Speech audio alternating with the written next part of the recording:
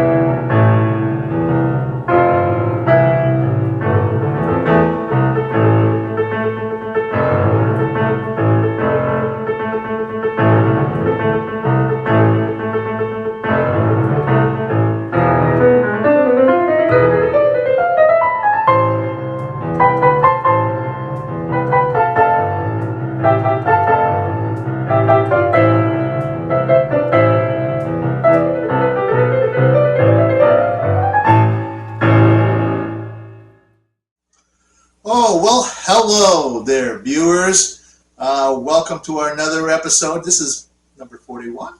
This is B41. This would be 41. So I hope all of you have been having a good October. It's now November. And, well, I'd say it's starting to look like fall out there, wouldn't you?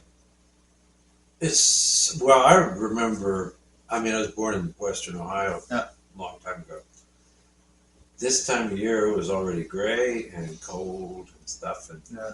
it's sunny and beautiful out today. It's only a high 64. Yeah. But just a few puffy clouds and Yeah. stuff. It definitely think the weather's different. Okay. We used to definitely have first snow before Thanksgiving. Yeah. You know that song about over the through the woods to Yeah. grandmother's house? Yeah. You know, Over the river. Yeah. Over the river and through the woods. Yeah. It was always like that before Thanksgiving. There was snow. But some of the trees are still green. Yeah. We had a drought this summer. It's been droutish everywhere. But apparently we're in the 5th year maybe of a drought kind of situation. Yeah. It's not awful. We've had some rain in here, but not, I guess, what we usually get. So the grass out here was kind of brownish for a while, but then we had a bunch of fall rains, kind of strong, and the trees, like they took on more green again. Ah, yeah. You know. Yeah. So there are some that are losing their leaves, and then there's some deciduous ones that are still green in November. But I just tell people, no matter what people say, whether we're responsible for it or the sun is responsible for it, the sun cycles and stuff. Yeah. World's heating up a bit. Yeah. And we're going to be growing pineapples and coconuts here in Ohio, and all the farming here is going to go way up into Canada towards the Arctic Circle. It could. But, in the past, let me see, my first 10 years here in Columbus, when I was up to about 50 students a week. Wow. Yeah, 50 students a week. We had our yearly student recitals in October. Ooh. Second Friday of October was our rehearsal. Third Friday was the actual recital. Wow. And I would say it actually snowed on that night, maybe 4 or 5 times from what I recall. Was it near the Halloween kind of thing? Yeah, it was before Halloween. The 3rd or 4th. Like I said, it was always the same every year. Second Friday of October, rehearsal. Third Friday, recital. But and it actually snowed on the recital day. So We were talking about. I took it as a good sign. We were talking about childhood Halloween costumes when we started. Yeah. I was saying that I used to do Batman back in the 60s, the Adam West portrait there. And I remember one, I can see it like totally right now, going down the stairs and up to the sidewalk to start going trick-or-treating. You know that movie called The Christmas Story with the guy that wants a Christmas Story. Ralphie. Ralphie Yeah, Ralphie with the his BB little brother. Red Ryder. Red Ryder BB gun. BB gun. And the kid, Yeah. the little brother that gets wrapped up so much he can't put his arms Yeah. It wasn't quite that bad. But Mom said, you ain't going out in that flimsy costume with nothing. So she patted me up, all this stuff. We pulled it on, and then she made me wear a coat outside my Batman outfit. I said, "But Mom, then people ain't gonna see the cape." She said, "I'll be damned if you get a cold just going out and doing this stuff." She Jeez. said, "Superman lives in California." Said, "But if he lived there in Ohio, he'd be wearing a winter coat too, and that's what you're going to wear if you're going out trick or treating." So, you don't argue with Mom. So, Well, I went with the coat, but that candy was more important than anything else. So. yeah, absolutely. Well, he had the better costume than I did. You see, coming from a Filipino family, Halloween was a completely new thing. So the costumes I remember, let's see, was being a pirate. All right, and now understand, this is back in the 70s, okay, early 70s, and we had those, nylon body covering things like this, and it's sort of buttoned up in the back, Yeah. and then the plastic mask Yeah. that covered your face, Barely and breathe the through. rubber band that went back here, and sometimes if your hair was long, it would get all tangled up on the rubber band, and that hurts like that thick. Yeah. So I was a pirate. My first costume, I was a pirate. And so, but eventually I outgrew that, and my brother wanted a different costume, but Mom wasn't about to pay extra money, so I had to hand him my pirate costume, which I was okay with. But then I needed a new costume, and so knowing how frugal my mother is as a shopper, so she found me a costume as one of the characters from the Banana Splits. I remember those. You remember the Banana those Splits? freaky dogs in the car. Yeah, the dog, and there was a lion, and there was a gorilla, Yeah. and Sparky the elephant. Yeah. Okay, well, I was Drooper the lion. Uh-huh. So, and I don't know. I wasn't that thrilled about Banana Splits. We never watched That Banana was a Splits. crazy show. It was a crazy show. Kind of fun. Yeah, it was fun, but it was. I'll see if I can find a picture. I preferred the cartoons that they showed on that show. Okay, I mean the little skits that they did and running around here, and they were people in life-size puppet kind of. Yeah, and you could probably see it on YouTube, Yeah. Probably. But those. What about the HR Puffin stuff? HR Puffin stuff was great too. There's HR Puffin stuff, and then it was also the Sigmund and the Sea Monsters. Sigmund and the Sea Monsters. I also remember the Arabian Nights. Yes. The Arabian Nights. Yeah. There was also they also had a Three Musketeers cartoon on there. Oh yeah. Well. But those stinking skits on Banana Splits. Oh my! Very vaudeville. Yeah, it was very. I mean, well, for kids. Yeah. Okay, vaudeville for kids. The ones that drove me up the wall the most was when they had these secret doors in the studio, And they would run through them and come out of them, and they play this crazy music, rock music, and somebody in the background with a mic yelling, "Hold the bus! Hold the bus!" And everybody would come running here and running out another door and stuff, and music would still be playing, and once again, hold the bus. Stupid skit. We still managed to grow up kind of well-read and smart enough, and I think it didn't cripple us. Well, it didn't cripple us. But Saturday mornings were great with stuff.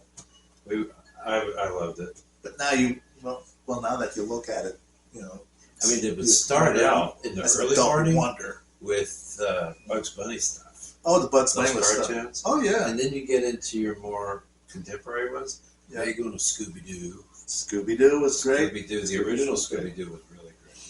Yeah. And my God, oh my God, there were so many things. I remember Josie and the Pussycat. Josie and the Pussycat. Even Archie did. Archie and the gang. Yeah. Oh my God, there were so many things. Yeah, so many. Some of them I didn't like so much, but fortunately there was like 2 or 3 different channels all showing cartoons on Saturday. Yeah. So you could watch a lot of stuff. You remember the old McDonald's commercials that had the Mayor McCheese and the Big Mac Cop and all those Grimace. I'm sorry? And the Bandit. What was it? The Bandit? Oh, the Hamburglar. The Hamburglar. Yeah. Well, did you know they got sued? Back then? Yeah, the McDonald's got sued. Why? They got sued by Sid and Marty Krofft Oh, when, for stealing for their stealing their ideas. idea because there was the costumes were similar to Yeah. like HR Puff and Yeah. stuff and Lidsville. Remember Lidsville? Yes. So I didn't know that. yeah, they Makes got sense, sued, though. and so they got an Oh. order, and they had to pay financial damages and stuff, which is a shame because I actually liked the characters. They'd have Ronald McDonald running Yeah. around, and they had, the Hamburglar, he didn't say anything. He just sort of like that. He had the mask on and the hat that kind of looked like a Zorro hat. Okay, is what it looked like in the black cape. Mayor McCheese, he was kind of goofy. I remember Groovy Ghoulies. Groovy Ghoulies with the car and everything. Yes, It's like a takeoff on the Munsters. Monsters. Yeah, the Groovy Ghoulies. I forgot about that. Yeah, they had cartoons of everything about everything. And then there was the cartoons with the breakfast cereals. Count Chocula. Oh yeah, Count Chocula, Frankenberry, and Blueberry. Yes, and Fruit Brute. And oh god, there's tons of them. So what's the bird with the Toucan Sam? Toucan Sam, Fruit Loops, and Captain Crunch. Captain Crunch was great. All these cute little cartoons and stuff. Yeah. Of course, I mean they were, filling us full of advertising Sure. to raid mom and dad's bank account. Yeah. For things. Absolutely. My parents didn't give in too easy though. Oh yeah. We led a great fantasy life with that stuff, but it didn't materialize into a lot of crap at home. Yeah. Well, I'll tell you, the cereal of choice when we were growing up was Frosted Flakes. Oh, those are good. And Fruit Loops. Those are good. And what was Trix? Kellogg's Right? Corn Pops. Trix. Oh, I like the Corn Pops. Corn Pops. Yeah. Now, as we got older, at least my taste grew more refined. I went with Captain Crunch peanut butter. Ooh, I remember that. Yeah, Captain Crunch. I didn't like the peanut buttery after effect in the milk though. It was like milk with like runny peanut butter or something. I didn't like that. Remember Quisp? Peanut butter. I remember Quisp. I didn't like Quisp. You didn't like I Quisp? couldn't stand It was Quisp. an alien Quisp. Okay, Sugar Smacks. Diggums. Those were, Remember Diggum? but you had to eat them quick because those would get soggy, Oh yeah, they nasty. did. Oh well, not as bad as like Frosted Flakes. Yeah. Frosted Flakes. That Yeah, almost became like the brand cereal. Remember the brand cereals? Yeah. Now there's actually two of them. There's Post Raisin Bran and Kellogg's Raisin Bran. Yeah. And I discovered that actually the Kellogg's Raisin Bran was actually better. I thought because the brand cereal itself actually stayed crisper longer in the milk than the Post. I mean, I the love Post Raisin. My problem with the Post Raisin Bran, the brand cereal, was like as soon as it hit milk, you're done. I mean, you just. And here I am sneaking in the cupboard for extra sun-kissed raisins to put in the thing to cover the taste of the brand cereal. It was just bad. I love grapes and I love wine, good wine. Never been a big fan of raisins. So that cereal, Okay. we may eat it if we had to, Yeah, but it's supposed to be healthy. I like other dried fruits quite a bit. Dried fruits. And Laura loves raisins. But Now, the one thing I didn't understand was some of the I don't know, was it Special K cereals? I noticed in some of the commercials, I can't recall. I think one of them was Special K, and you looked at the picture in the front, the box, and they had either like sliced strawberries in it or sliced bananas. Yeah. And my assumption was, well, I was only 7, 8 years old at the time. I thought the fruit came in the cereal box. the box. I mean, the cereal itself looked pretty good, but you didn't consider that they didn't have the actual fruit in the box. And so here I am trying to eat Special K, and I was like, it was just awful. Yeah. So, and even when you did put this fruit in, fresh fruit, it really didn't taste like much. It really didn't. No, Special K. I don't eat cereal that much, but I do eat some things. Of course, not the whole sugar crap like I used to. But I think the taste in it improved on certain things. Yeah. Like Aldi's has their own brands of certain stuff. Yeah, they do. I love the ones they're mixing the flakes. Oh, one I love is, I think it's called Heritage Flakes or something like that. Yeah. Has amaranth and another ancient grain from the Aztecs. A whole bunch of really good stuff. And they stay crunchy. Yeah. And it has a slightly malted kind of flavor. Yeah. It tastes really good. So I think some things are better than they used to be. Yeah. But like I said, we grow up. And so eventually, by the time I got to my junior, senior in high school, I found that I couldn't do without Quaker's granola cereal. You don't need to, wherever you are. So Quaker's granola cereal. Yeah, oh yeah, the best. The granola cereal? Oh yeah. I like their oat squares. Oat squares? Quaker's oat squares. Oh, yeah. Those are pretty good. Yeah. Well, only because, the granola had nuts and almonds and, honey. Some good And granola. it stayed All this crisp. has got some good stuff, and it's all organic. And you can eat it hot. Yeah. Well, today, Laura made me, I almost have every day. Yeah. We have this fermented oats we bought at Costco. Yeah. They're really good. I think they're even organic, but then they ferment them before they prepare them. Yeah. They make a really good bowl of oats, and she throws in some dried fruit and some nuts, some hemp hearts, and some sesame seeds. Just a little touch of jam to sweeten it, and then maybe a scoop of full-fat Greek yogurt to kind of milk it up a little bit. Cooks it all together like that. Wow, this morning it was delicious. I bet. Well, I haven't checked out the price of cereal these days. I would admit, because even back then, we thought cereal was kind of expensive.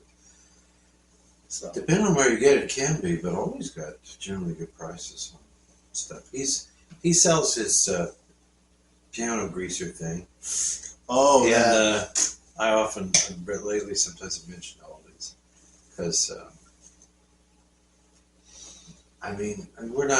we don't get compensated for this stuff, but we try not to trash anybody or anything. You try not to. That's not really what we're into, but we do, talk happily about stuff we like. We shop in some different places, all really nice different places to go. But the thing is, if you spend $100, there's a lot more stuff in the cart at Aldi's than there is anywhere else. Yeah. Yeah. When you spend $300 at Costco, then you got a big old basket full of stuff. But And there's some of us that maybe once a go to month. the Dollar General store. Well, So, we did too. you did too? First Okay. thing. Good. I'm glad I'm not alone there. But like he said, the greaser, except it's not the greaser. So, but Don't hold it so close to the camera. Okay. I'll focus. all right, I'll try So not you got to. to stay at least a foot away. Put from the away. screen. Okay. So, here's my new commercial for Corey's Piano Polish. Uh-oh. Here we go. You ready for this? Okay.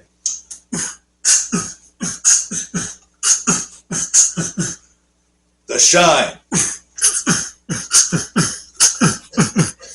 The shine. Here it is, folks. You thought I was going to rap. I don't rap, okay? But anyways, if you're tired of those fingerprints, you want to be able to see your face in the reflection of your piano, this one is it.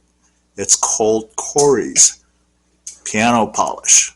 There simply is no substitute. Get one of these for your piano today.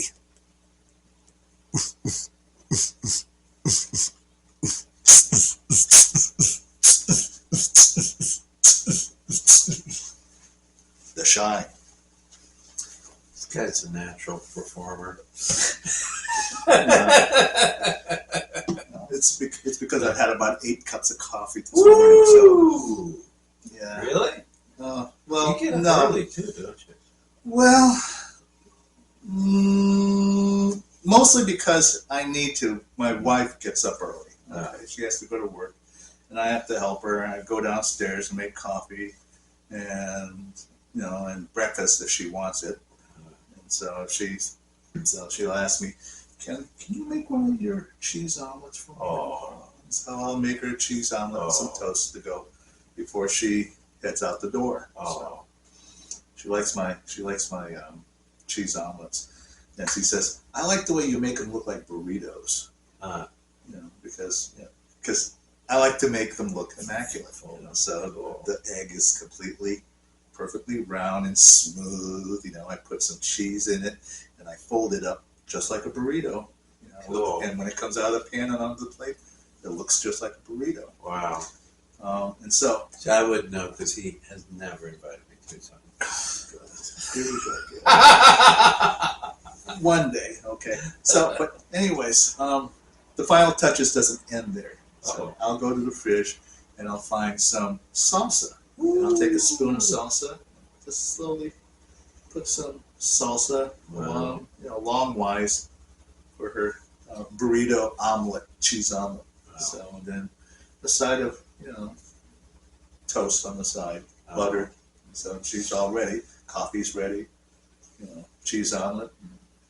And she's got a good happy morning to start with before she goes to the hospital. And I bet she makes up for it. You get your toast buttered too, right? Oh God! That's it. Yeah, please. He can turn a simple morning breakfast into even the most. You get my drift. Oh, goodness gracious. What can I say? I'm a wee bad boy. We had our moments. I think I passed this stage when I was 40. Maybe. Wait, you just got serious? Yeah, I mean. You just stay that way? Well, yeah, pretty much. So, I'm playful. So, yeah, I'm sure you are. Yeah.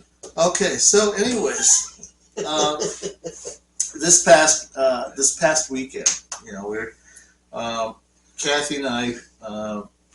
She woke me up. Saturday evening after I got off work, and I passed out on the couch, and she wanted to tell me. He says, there's supposed to be a library sale at the local library on Sunday. I said, no, I didn't. Okay. He says, are you going to go? I said, yes, I'll go. And she says, may I come with you? Oh. So she wants to go too. So, all right, fine. So she decided to come with me to our quarterly book sale in Upper Arlington. Oh. Right? So. You hit that as regularly, right? Well, I do now. Ever since I found some of that, since my first book sale 3 or 4 years ago, I decided I was going to make every book sale count, because they got some really nice stuff there. Yeah. Upper Arlington is just the word upper. It's one of the better sub-communities inside Columbus. Oh, yeah. Greater Columbus. Good. They got a lot of good stuff going for it. Oh, yeah, they do. So, anyways, so we go there, and she wanted to know what time you wanted to get there. So I said, definitely 9 a.m. 9 a.m. because they open the doors at 11, and people will be already lining their doors at 9 a.m., right? So we get there at 9 a.m., and nobody's there. Wow. And you figure, at 9 a.m., they're usually inside, so we're peeking in through the window to see if anybody's there, and the lights are all out. Oh, man. I was like, what's going on here? Oh, man. What the heck? And I'm looking for the Sasquatch boys. Yeah. Because usually they're vans right there. They usually sleep there overnight or something. If you've seen this show enough, you know who the Sasquatch boys are. So, and they're not there. Uh-oh. They're not there. Uh-oh. And so what the heck's going on? It's 9 o'clock, right? And it says, by my watch, it says 9 o'clock. Oh, the time change. Yeah, exactly. It says, fall back. To adjust your watch. And so we weren't there at 9 o'clock in the morning. We were o'clock. there at 8 a.m. And so I'm looking at Kathy, and Kathy's like looking at me, and she says, well, you're supposed to know these things. He says, you're better at time zones than I am. And so, no, not today, I guess. So, anyway, so we headed back to the car. We went to the nearest Panera and decided we were just going to have breakfast for a little bit before we go back to the library. Okay, so 9 a.m. comes by, and we make our way back to the library, and still nobody's there.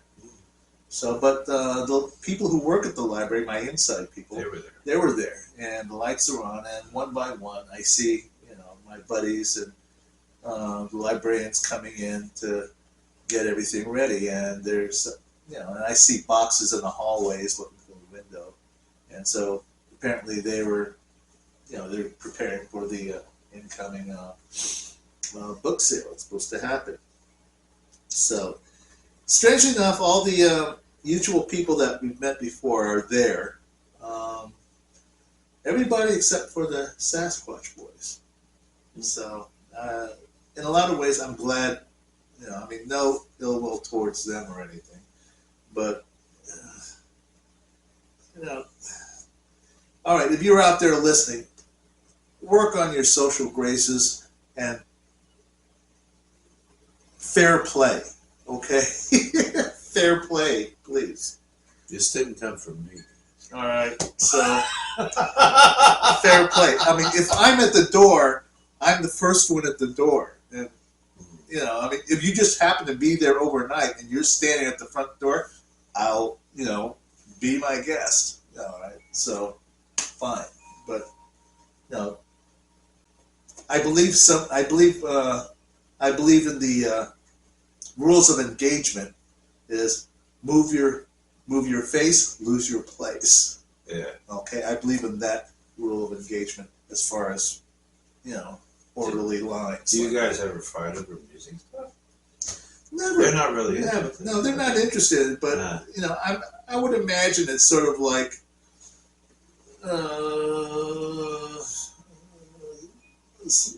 sort of a social Darwinism concept of survival of the fittest thing. So, I mean, they were big guys. They're and Sasquatch is about as close as what I can call them. They're big. They both have these barrel-like chests and beards, and so they're hairy and they're big. So, but they carry a lot of books. So apparently they must deal with books quite a bit in their line of work, as did all the other people in line. They were all vendors. For me, I was just a collector. You all know me. So, but anyways, this library sale was far from being the perfect storm that it was 3 months ago. They didn't have as much stuff. However, I was able to procure. You wanted to introduce this? Oh yeah, I did. Didn't you? Oh, I did I? Yeah. Like, That's all right. Excuse me. So. All right. Well, for viewers new and old, that I guess that should have been the prelude to our That's a prelude. segment to PSI. Here we go, boys. Are you ready? You ready? Let's all say it together. Ready? PSI. Highway Drifter. Yeah.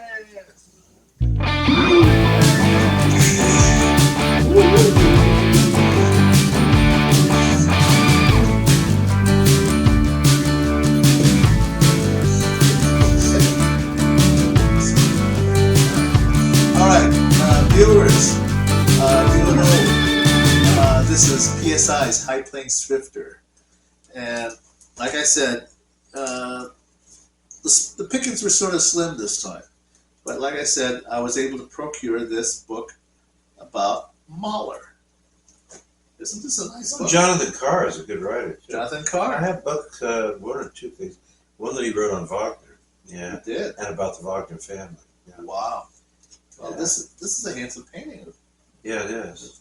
He was lucky the time that he lived. A great artist in Vienna. And it's well protected. Look at this cover. Beautiful condition.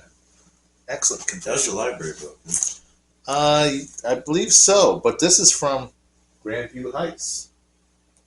Grandview Heights. Oh, from Grandview Heights? Yeah. So somehow it made its way down here to Columbus, Upper Arlington Library. Huh. So there it is. Jonathan Carr. Just procured last Sunday. You take a look at it, Bill? I'm sorry? Take a look at it? Sure. That's good heft. Oh, yeah. That's a nicely made book. Hardback. So the picture is wonderful in the front and the back. There's a portrait of him in the back. I don't know anything about Jonathan Carr, and even less. I don't know that much about Gustav Mahler. All I remember reading about him is from other composers or other performers. he helped Rachmaninoff actually premiere his Rachmaninoff's third piano concerto when he first came to the States. Who did? He was the conductor for the premiere of the Rock Third. Who was playing it? Rachmaninoff. Really? Yeah, he was the first one, and they were rehearsing, and apparently, he thought that they were going to finish at midnight, and Mahler says no, we still have some passages to fix, and he was expecting some of the players to mutinize, but he didn't hear one word. They all were okay with it. They took a 5-minute break, and they came back, and were seated and ready to, take some more orders as far as rehearsal goes. And so Rachmaninoff himself once said about Mahler, Gustav Mahler is the only conductor worthy of being mentioned in the same breath as Arthur Nikisch. Nikisch, yeah. Nikisch. How do you say his name? Nikisch? Nikisch. Nikisch. Yeah. Is he Russian? No, he's German. He's German? Arthur? Yeah, it's a Prussian-y kind of name. Prussian? The Germans at one time occupied a lot of what was northern Poland, all the way up into the Baltic states, I think they call them. Yeah. Estonia, Lithuania, especially Lithuania, Latvia. Yeah. And, parts of Poland. I mean, Poland, if you read Rubinstein's first book, it was not a country back then. It was, at one time it had been a kingdom. They fought Sweden and stuff back in 1600 or 1800. Okay. But by this time, it was parted up into 3 sections, and Russia had part, Austria-Hungary had part, and Germany had a part. Wow. So the name Nikisch, and he had the big mustache that looked even kind of Russian-like. I met a lot of people who had immigrated in from what had been Eastern Europe, but German culture. Yeah. And they had very Eastern kind of names.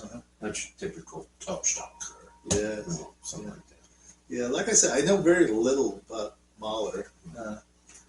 All I remember is that line about him, about his comparison as a conductor to Arthur Nikisch by Rachmaninoff. There's also another story about how Arthur Nikisch came in to conduct the NBC orchestra at a rehearsal. And he comes in, and as you know, it's Toscanini's orchestra, right? And so Toscanini's like just observing, and Arthur Nikisch says, "Oh, I remember this violinist." He says, "You remember that time we sat together at the stand when we were rehearsing such and such a symphony?" He says, "Wonderful." He says, "I always liked your playing." And then he looks at the French horn section. I remember you. You were in Vienna. And of course he won the players over. And he rehearsed the symphony, and at the end, Toscanini comes over. He says, "So, what do you think?" He says, and Arthur Nikisch says, "Oh, they are a fine orchestra." And Toscanini says to him, he says, "I have been their conductor for many years, and I will tell you right now, they are a very poor orchestra. You, sir, are a fine conductor." So, that's nice. Toscanini and Mahler, they're being compared by Rachmaninoff. The comparison doesn't get much better than that, really. I thought this is interesting. I know Jonathan Carr from, as I said, I've got one book of Wagner that he wrote. It's not credited. It talks about a couple other things he wrote. Not that. But he's an American, apparently. Could be British. I'm not sure. But he worked as a foreign correspondent for over 20 years. Geneva, Paris, and Brussels for Financial Times and The Economist. 60 London. He's British, I think. Yeah. But he says he got caught by malaria. Mahler. Yeah. Oh! During a 1960 London concert with conductors like Wimper and Ornstein. Wow. And he did kind of got really taken up with him. I used to live in Boulder, Colorado, and there's a summer festival every year which is devoted to Gustav Mahler. I played in 2 or 3 of the chamber programs.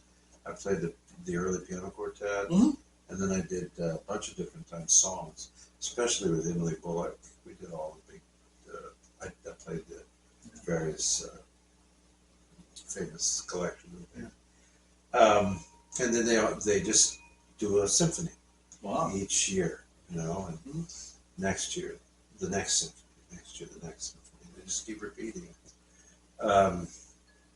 Really cool thing is the musicians in the orchestra, they pay all the expenses themselves Mhm. to come and be in Boulder and the mountains, Rocky Mountains area, foothills. And I don't know how they provide for the housing and stuff, but people pay to come to be there and participate in it because they're not compensated. And yet they get an amazing orchestra. I know that at least one of the bass players, contrabass players, came every year from England to perform in it. So I saw a few performances there, and I don't remember his full name. It was a Jewish fellow, Stan. He was the president of the Mahler Society there. And a few years later, I was in Bayreuth, and he saw me, interestingly.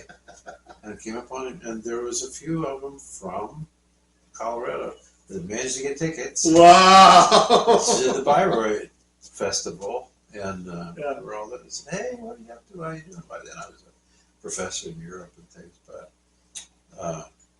they get around. So there's the American Mahler Society, which is really big. Oh And yeah. then regional ones as well. It's a 19th century spiritual movement. I mean, people are attracted to this man and his music. Really, it's through the music. Yeah. People, you know, they get at everything about his life and this and that, but I mean, strictly speaking, I don't think his life was. It's not a fair thing to say. Mahler people just like start sending me hate mail now, but Really? I mean, he had a kind of an ordinary musician's life. Yeah. The guy was a hard worker. Oh yeah, absolutely. And Even as a kid. It took him a while to crawl up from the bottom, and he did. Yeah. You know, and became really respected. I mean, like you've heard some of the comments about him, and he was always physically a little. He was a very fit, tiny little man. Oh yeah. And he used to swim a lot. I did In read the about summer that. times, he used to swim in the mountain lakes. It was chilly. Yeah. But he did that, and he was always. They said when he took off his shirt and stuff, he was not a bear. Yeah. But he was a small Yeah. frame guy, but they said he was really incredible shape and really, you know, muscular in a certain way. His wife Alma. That's a story. That's a very interesting story. Yeah. Sure. I visited their graves, hers and his. Yeah. She was ultimately married, I think, 3 times. Yeah. And Where was he in line? he was the first. He was the first one? Yeah, Then there was 2 more after? I believe so. Wow. But he wasn't the first lover, I don't think. She was, you know, as it turns out now, as I'm starting to discover a little bit. I haven't bought it yet, but there's a couple CDs of her songs. Uh-huh. He was Jewish, and I don't know, I don't think they were like conservative Jews, No, but he they wasn't. were Jewish enough, and maybe it's also a 19th century Victorian thing. Yeah. But when they got married, he said, you stop composing, you stop doing all the worldly things, and you're my wife, and you run the household, and this and that. Yeah. Now, I think she did stuff at home. She played the Yeah. piano and things like that. Yeah. But she was, turns out, really quite a decent composer. Mhm. And her stuff now is getting some more recognition probably in the last few decades. She suffered from depression at times. Mhm. I don't know if she had any flings immediately in their marriage, but there was a point where she did. Yeah. And I don't know if he did or not, but she famously did. And she had a few famous lovers. She was apparently even seduced by Klimt, the great artist. She did sat. not know She that. sat for him, and Wow. he kind of is notorious that It's way. funny. I was just thinking, they did make a movie about these two. It was a Ken Russell Yeah, movie. Ken wasn't Russell It did was. it. Yeah. See, I knew it was. Do He you did remember a the few name? composers. Well, isn't it called Mahler? I don't know. I was hoping. We'll have to look it up. Look it up. Maybe we'll bring it in. Ken for Russell, the English PSI into director. movies or something. It's really pretty good. Yeah. You know, some of the things you were saying just kicked in some memories about what I do know about Mahler. Everyone wanted him to become a pianist because apparently he was a child prodigy as a pianist. I think he was pretty good at it. Yeah. Now the Jewish thing, there was at one point where he did convert to Catholicism, Yeah. and it was because he wanted the position as conductor for this opera orchestra. Stage job. That was You know about it? Yeah, to be employed by the royal government, Okay. you had to be a practitioner of the state religion, which was Catholicism. Catholicism. Okay. In Austria, they probably had Protestants there, Yeah. but Austria always was pretty much Catholic. Yeah. Germany kind of mixed it up as you went north, but Jewish the Jews obviously historically and culturally were very prominent in Viennese society, but there were some prescriptions, some certain things going back. Everybody thinks, everybody blames the Nazis, and I'm not excusing them by anything. Yeah. The Nazis were riding a highway of anti-Semitism, which had been going on in Europe since they killed Christ. Yeah. St. Francis just said that the Catholic Church wasn't going to hold that premise anymore. Okay. Just a few years ago, I don't know if he forgave them, but he said, we're not going to hold that as a belief anymore. Because when I was growing up in a Christian household with my dad, the one thing, and he was fine, and I had Jewish friends of this, but I said, but they killed Jesus, but they were the ones that said, crucify him, and chose to have Barnabas apparently released. Yeah. But so there was Barabbas. There was that is supposed to be part of the reason why the Jews were oppressed in Europe over all those centuries when they came and settled in certain parts of the place.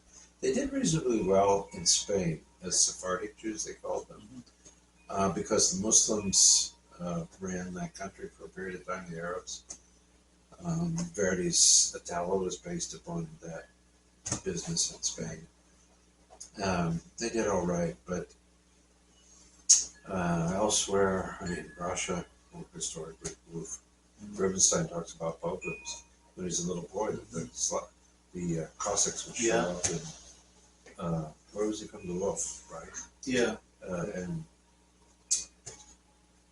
And then, come on, the French, especially the Vichy government, more than happy to round up Jews in France and send them to Germany to be dealt with. So there were always issues about being Jewish, but not in the same way, let's say in the 19th century, as it became in the 20th century for a bad period of time. So, and Vienna was really quite, come on, Sigmund Freud was Jewish. Incredibly successful and important people coming out of that empire. But he had to convert. Well, the Mendelssohns technically they converted. They were Jewish, of course. Yeah. But they converted for some reason. Well, Protestant? It was Protestant, not Catholic. Yeah. And that's why they have that hyphenated names in some cases. Bartholdi? Yeah. Bartholdi, Mendelssohn Bartholdi. Anyway. Yeah. So good for you.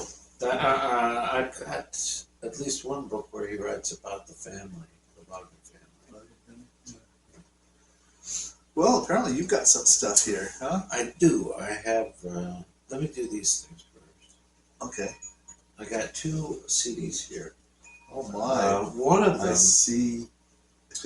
One of them I bought a while back, and I think I mentioned it, but I never got a Yeah. chance to really say what I thought about it. Yeah. I know about this guy historically, Yeah. how important he was. And there was a piano quintet that he wrote, which is, Yeah. since Wrote there's two of not so many piano quintets by Yeah. composers, they're, just, you can count them on 2 or 3 hands. Yeah. He wrote 3 of them. 3 of them? Did you I say thought 2? I thought 2. 2. Okay, 2 of them. 2 of them. Ernst von Dochneny. He's Yes. Hungarian. He was a prodigy of sorts. Actually was a prodigy. Yeah, he was a He prodigy. gave an early concert in Berlin when he was still a kid. Yeah. Young teenager or something. Yeah. But it impressed people. Oh, yeah, it did. And then he became really an outsized concert pianist. Oh, yeah, in he a did. big way. And eventually he went back to the Franz Liszt Conservatory as such. He did. Took over as director himself, I think Yeah. in his late 20s or something. Yeah. This is just one of those people that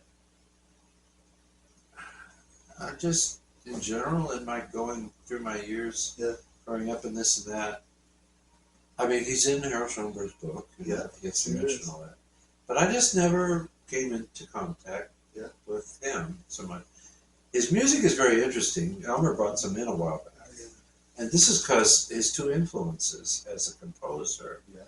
One was a composer and the other was a theory teacher, Yeah. something like that. Yeah, pianist and It was the composition. pianist, yeah. Yeah. So the pianist had studied with Franz Franz Liszt. Right? Liszt. So his piano teacher was a Liszt pupil. Yeah, Liszt opponent. people. And his composition teacher was a Brahms Expert. expert. Yeah, Elisa Brahms. Yeah. And so I remember saying that when I looked at his music, Yeah. when I saw some of the piano. And I you said, read it exactly. It looks virtuosically kind of like Liszt. Liszt. You Of see course. a lot of stuff that just looks very Listy. Yeah. But these huge chords with the thirds and the sixths Sixth. inside, and, Yeah. and the kind of a blockish nature of some of the melody. It's not just like octaves, like Yeah. with Liszt or Yeah. beautiful solo singing. No, Yeah. no, they're chords. It's like choruses Yeah. singing the melodies and harmonies. And that's very Brahms.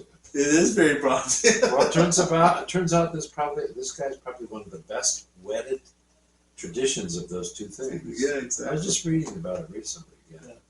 There's the Musik der Zukunft, the music of the future, Richard. which Wagner and Liszt kind of represent. Yeah. Liszt is kind of the father, Yeah. promoter of it. How do you say that word again? Music? Musik der Zukunft. Zukunft means future, Okay. and the article there means of. In this Okay, case, gotcha. because Zukunft is feminine, it's die Zukunft. Oh, Anyway, post and then there was the whole, I don't know if it had strictly a name, but it was classical. And I actually read about it. Brahms and, I forget who the other person was, they wrote an essay, Uh-huh. pretty much challenging the Liszt Yeah. school, just saying this is, they really dismissed the Yeah, compositions, yeah, yeah. the stuff and this and that. And then famously, the critic, what was the late 19th century? Hanslick?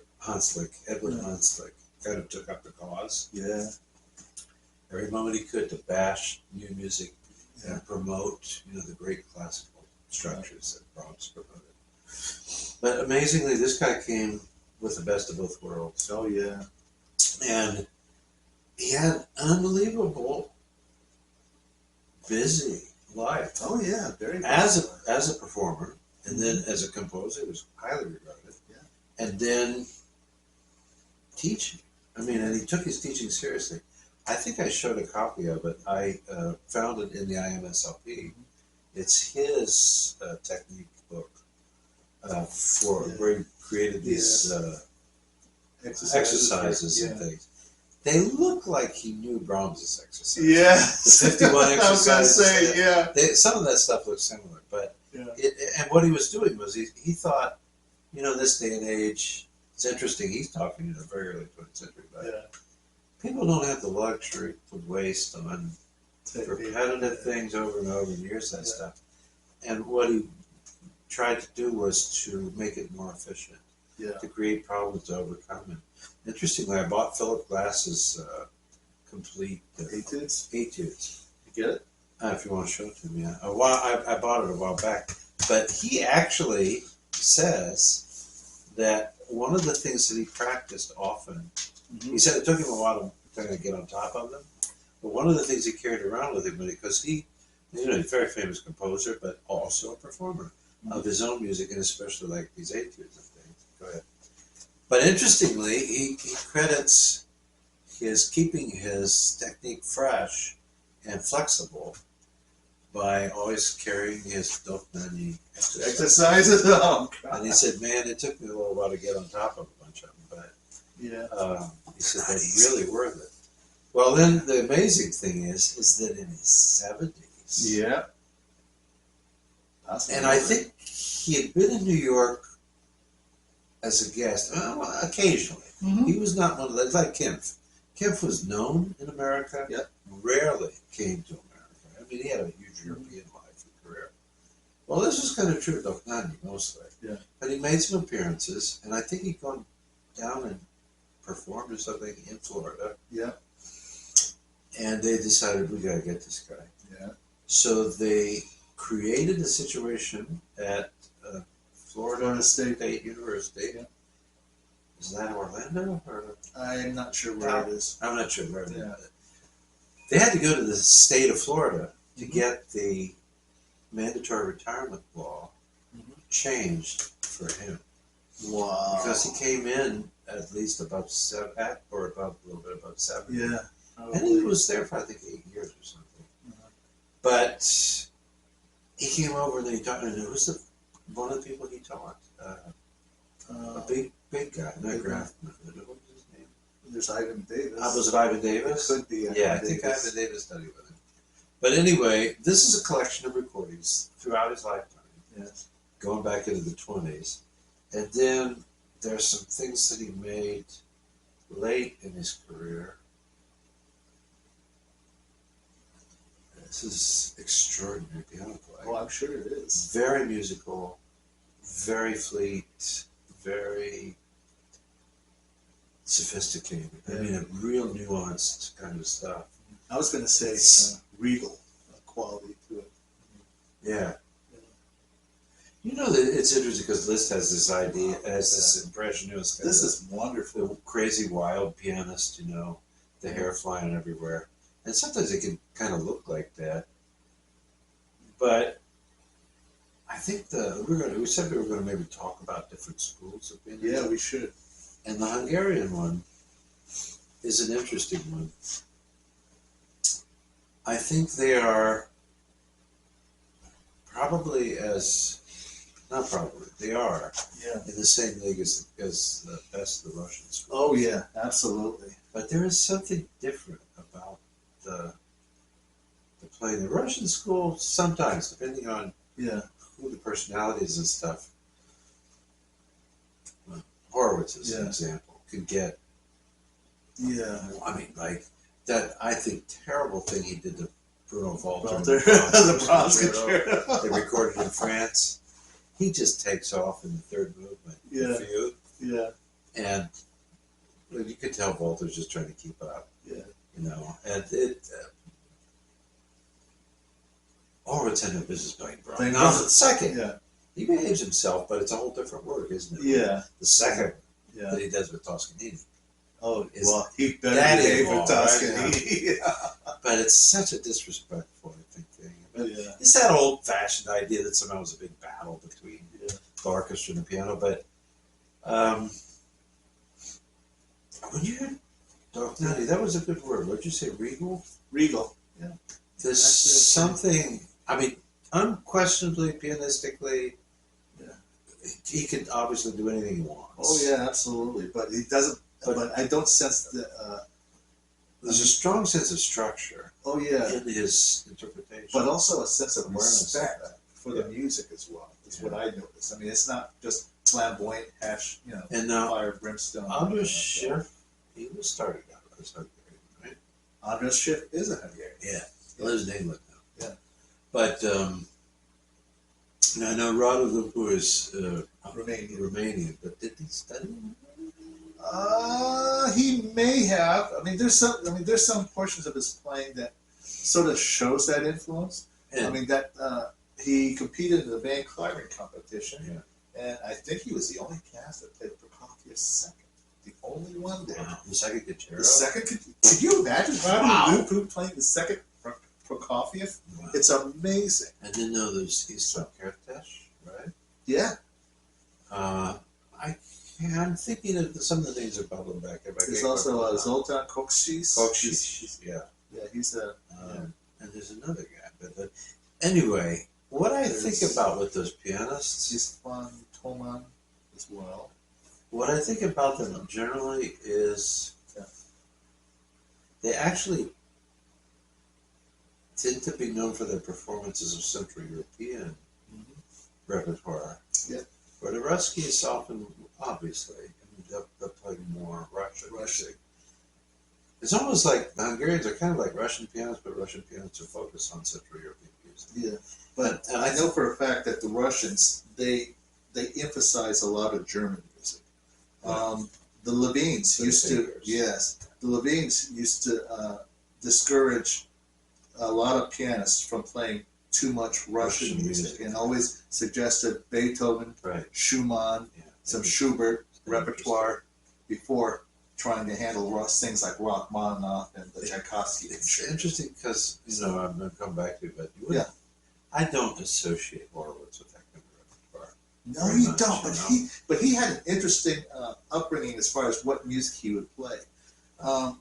According to his biography, he says that he would frustrate his professors because he didn't work on very much piano repertoire, believe it or not. Well, that's right. He was always constantly playing symphonies and opera. Opera. He wanted to be a composer. He did want to be a composer. And it was only the Bolshevik Revolution that caused the kind of economic collapse. He came from a well-ish to-do Jewish family in Kiev. Yeah, in Kiev. And they kind of lost him money, so he's going to have to play. Thank God, in a way, because I mean, he's one of the super giants in history. Oh yeah. But he made history. Anyway, I was really, I have to say, Dochnani now is on that special list of pianists. I go, wow, I mean, as you got a lot of you guys know, one of my newer discoveries in life, really. I mean, I had some old recordings here and there, but finally it was since COVID. COVID was a wonderful time for me to get. I bought a bunch of things and familiarized myself. I had tons of time to do things, And Friedman, Friedman just became, wow, I just love him. I still love Arthur Rubinstein. Arthur Rubinstein just speaks to my solar plexus between the gut and the heart. It's just like radiating sun. I admire and love the guy for what he did. And he's an interesting marriage too, because Polish Jew, educated very much in a Berlin German school of play, with Heinrich Bach, who also taught Kempf. They were, Rubinstein's 8 years older than him. They didn't really know each other, I guess, so much. But, I should stop, but that's okay. I can't recommend enough. If you can get your hands on some Dochnani to hear him play, it's really very interesting. And I've not played much of his music. But now I think I want to take a look. Oh, you see some stuff. I mean, I saw what you had. Yeah. So and I'll tell you what. If some of you are looking for a concerto, Dochnani wrote two of them, two piano concertos. The first one's in E minor, the second one's in B minor. I know there is a recording out there of him performing or recording the number 2 B minor. There's even a recording of him doing the variations on a nursery tune. Remember that one? Yes. Variations on a nursery tune. That used to be quite a popular work. It was very popular. Even somebody like, let's see, who was it? Zoltan Koksis recorded that one. Oh, yeah? So yeah, he recorded that, and several others. Earl Wild recorded the variations of it as well. Um, but the piano concertos, not so much. Not so much. I. It's interesting. His son, Christoph. Oh, there you go. Christoph. I forgot about that. Yeah, his son Christoph. Big conductor. Yes. And he plays piano, too. He I've does. seen him on some recordings. Yeah. I think, isn't he one of the three pianists? It's from Karajan, and then somebody, and then the other guy, your Damus, but they play the Mozart three piano. Oh, that one. With Karajan playing Yeah. the third part. Yeah. And I don't know. Is that Christoph? I don't know if that's his son or not. He was I I didn't know his son played. He was a conductor for a period of time of the Cleveland Symphony. Yeah. And I've come to regard that as like this amazing orchestra that's just up north of us here. Yeah. That I've got some recordings now with George Sell. Yeah. I bought that huge box. Do you have any recordings of Christoph Dafnagi conducting? I do. You do? Yeah. Okay. Those are actually the earlier ones that I have. Yeah. But I'm curious to know how he did with it. So. there's a very interesting life story too, particularly when he was young. Yeah. He was lucky because there was an area of what had been royal Hungary. Hungary had a king. Uh-huh. And I don't know exactly when that stuff all changed, but Hungary had a very old history of fighting the Ottomans, the Turkish. Okay. Because the Turkish came up and they at one time controlled most of what is Serbian, Croatia, areas like that. Bosnia-Herzegovina, the big problem that happened with that war. Yeah. I remember saying this to my wife Robin at the time when Serbians went after Croatia. Now that was understandable because the Serbians were fighting the Croatians in the Second World War. The Croatians were aligned with the Nazis, and they actually helped them do a lot of wow. And the Serbians were pissed about that. But Bosnia-Herzegovina was a mix of Christians and Muslims, Jews, Serbians, and Bosnians. And I said to Robin, I said, God forbid if they ever go down to Sarajevo in Bosnia-Herzegovina. Because Bosnia-Herzegovina being this kind of mixed up kind of different peoples, multicultural thing, when they had Serbian heritage, but they had converted a lot of them to Islam when the Ottomans were up in there. It's just like when in Rome, better jobs. Like, Mahler are converting. Okay, I'm a Catholic. Yeah. In his own life and everything else, he still lived a kind of a Jewish kind of cultural life. But that happened there. And the problem was the Serbians never gave in. And they were really brutally repressed, oppressed by the Ottomans at times. Terrible things. They stopped about 800-year-old blood memory. Wow. And of course, when they went into Sarajevo and all of the things that happened in Bosnia, that was a lot of that due to that kind of history. Well, anyway, going back to Hungary, there was a town that was known by its German. I don't know. Is it Breslau? No, but it was called Pressburg by the Germanic people who lived there. The Germans were all over the place. I mean, Germanic people were all over Europe in the 16th through the, most of the time. And then Hitler made sure they went back. They were spread out a lot. But this is because of the Holy Roman Empire, which was based in northern Germany and then kind of spread out quite a bit. Pressburg was it was the kind of the royal city at one time. And it had this history of amazing music making and art and things like that. It was like, where maybe Paris in the earlier 20th century or even parts of the 19th century becomes this great hub of music culture. Or Vienna in Beethoven's time, even Schubert's time, Mozart's time. Berlin from the later 19th century into the cabaret period before the Nazis show up, and then even some people would say, and then even through the Nazis and all the way to the present. Pressburg was that kind of a cultural place. He grew up there, and he heard the most amazing artists and people, the best teachers. He was really lucky that he was there. And he got an early start. I don't know, he was like 11, 12, 14, something like that, is when he gets sent to Berlin, to give a solo concert. Wow. And, you know, this was the city. I mean, there's famous stories about when Godowski came and gave his Berlin debut in Berlin, and everybody was there who was in Germany at the time. Yeah. You know, that you'd look out there, and anybody who was a name back in those days was sitting in the audience.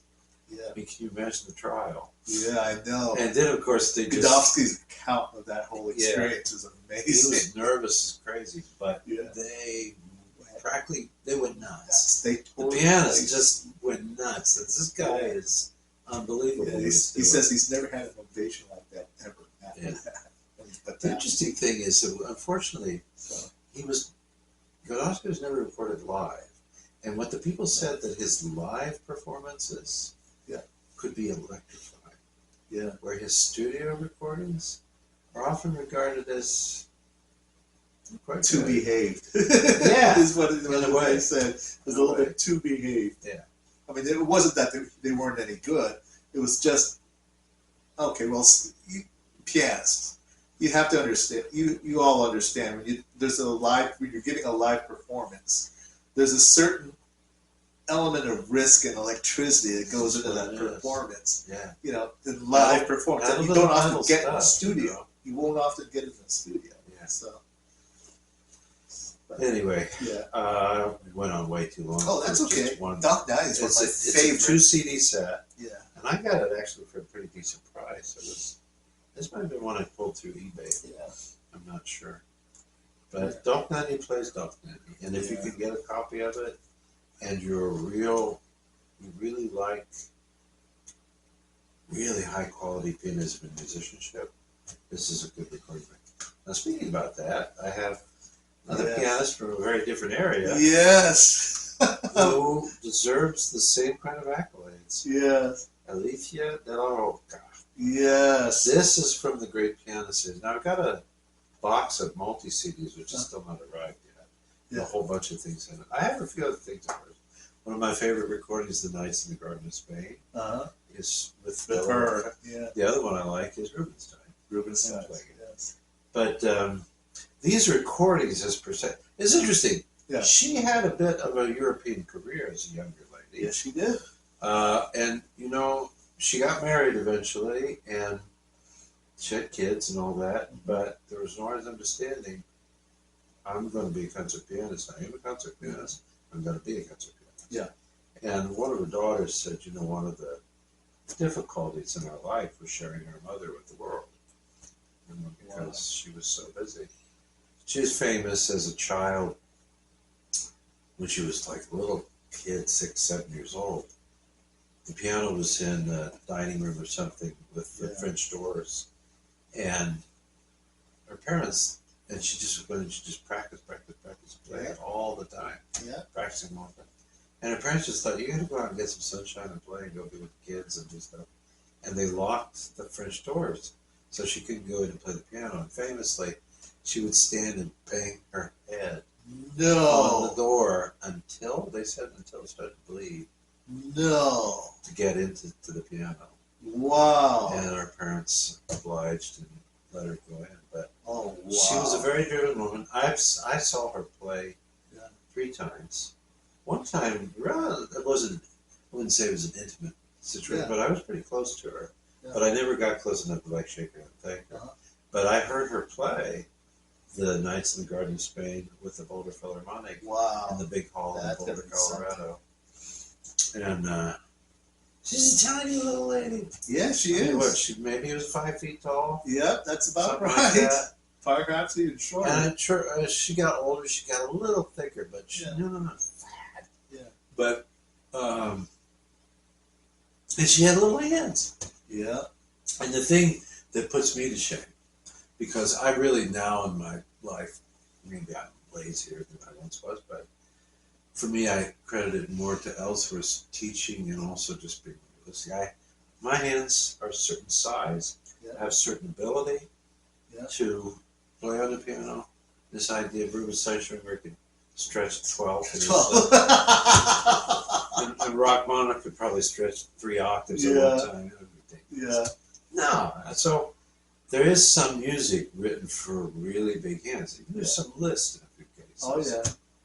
And the problem is that when you hyperextend the fingers, you can feel it in your wrist, that it puts tension in the tendons running through the carpals in the wrist. And if you play in that sustained way, and necessarily when you're playing like big chords that stretch over an octave, you can't actually keep the wrist that flexible loose so much, especially at a fast tempo. I mean, you do have to know how to kind of shake it and play it. But I'm pushing a major ninth here, and I can get a minor 10th here. Okay. Anything bigger is a problem. So if it's fast and it's stretched out, I'm thinking, for example, the optic variations of Schubert, for example. And some problems, frankly. I love the piece, but the toccata. Oh, God. The And what there's this stuff going on up here Yeah. while you're doing this stuff in the middle. Yeah. I mean, it might be fun for me. I have played through it or worked on it. Yeah. I would never perform it for anybody because I can't do it justice. I mean, like the way Levine played it. Yeah. That's the way it should be. Exactly. But my hands can't do it. Now, on the other hand, this lady has hands presumably not any bigger than mine. Yeah. And she taught herself to play Schumann. She's a great Schumann interpreter. Yeah, she is. I got to see her play the Fantasy. The fans, I played that. That one's doable, except the Second. It's crazy. Yeah. But anyway, I haven't listened to this yet. But what's interesting about this one is before she'd been to the United States once, and then apparently she got called back with bigger management. Yeah. And she made some recordings beforehand to kind of fill the market when she came back, and she did all the Spanish stuff.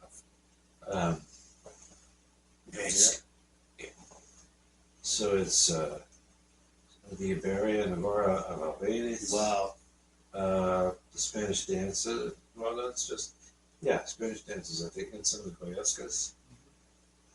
Now, there's some other stuff in here, which I don't know if it was all part of the original recording, but I actually have a CD of that stuff. And then I got this one instead, but this has some other things. A Montpou piece by Halfter. And some Soler. Halfter, remember Halfter? Yeah. Yeah, he's the guy that did that arrangement of the piece I made a copy of. What was it? That was the 7 Spanish songs. Of Defiant. Yeah. That's... So, Alicia de la Roja. Yes. I've always admired her playing. Oh, yeah. And we all do. I mean, the Spanish music is wonderful. Yeah. But she played and recorded. I mean, she had a huge career. A pretty big recording collection as well. Yeah. But I especially think of her with the Spanish music. Yeah. She plays it so evocatively. Exactly. Colorful and everything. Yeah. And then her Schumann. I think one of the Davidsbrüder and the Carnival are her performances are just two of the more very satisfying performances I've heard from a lot of people. Yeah. And then she played the Ave variations. Yeah, she does. So as far as people with little hands not being able to do some repertoire, she proved the exception. Yeah. You know. You want a real treat. Go on YouTube, folks, and find her video performance of the ritual fire dance by Defia. Really? Yes. Did you same thing the Rubenstein did? Yes, the same one, but they it's don't. A version, different version. No, it's not a different version. She does something so uniquely with a trill on the left hand, where it goes and she's able to sustain that trill while playing the bass notes. Oh, throws it out. Yeah, there's and it's uncanny how she does it. I don't. She's not Rubenstein does not do that. Is she? No, she's not substituting. It's she's does this thing where she's got the bass note, boom, boom, boom, boom, boom, boom, boom, boom, and still sustain the trill in the left hand. And her hands are small. You said they're about, well, not small, but about the comparatively the same size as yours. Yeah. And how she does it is uncanny. I don't know how she does it, but even Arthur Rubinstein doesn't do that. Now, the only other time I've seen somebody do that is the, oh gosh, help me out.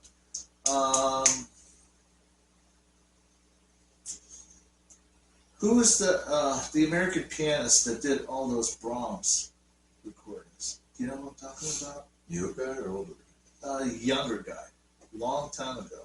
Oh, no. Not Gary Colson. No, not Gary Colson. Before him. He didn't do it that way. Oh gosh, now I can't remember. But he's a real famous guy. I have a recording of him doing it, and he sustains the trill just like she does. Huh.